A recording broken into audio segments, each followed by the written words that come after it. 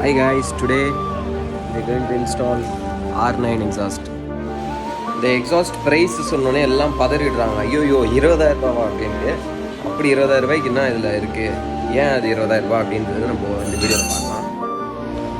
R9 டப்பாவில் இருக்கும் original, அப்புறம் பேட்ச் இருக்கும், R9 பேட்ச், 2 இடத்துல clamp, DB killer, stainless steel. Fitting பாருங்கள் எப்படி இருக்குது அற்புதமாக. இந்த ஜெட்டா மாடல் வந்து ஸ்பெஷலாக நியூ ஏரோக்ஸ் வெர்ஷன் 2க்குள்ளே செஞ்சு ஃபிட் ஆகக்கூடியது. உங்களுக்கு சென்சார் லெவல்ஸ் எல்லாமே அவங்களே கொடுத்துட்றாங்க.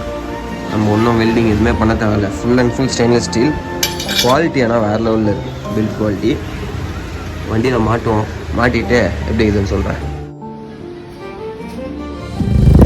டிபி கலர் இல்லாமல் ஃபஸ்ட்டு செக் பண்ணுறோம். இது நீங்கள் ட்ராக்கில் ஓட்டும் போது ட்ராக் யூஸ் இந்த மாதிரி யூஸ் பண்ணலாம்.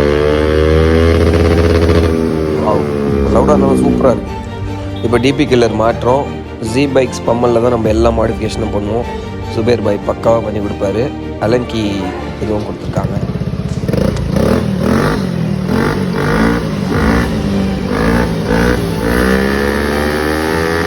வீடியோவில் வேணால் உங்களுக்கு லவுடாக இருக்கலாம், பட் ஆனால் செம்ம டீசெண்டாக இருக்குது வாய்ஸு.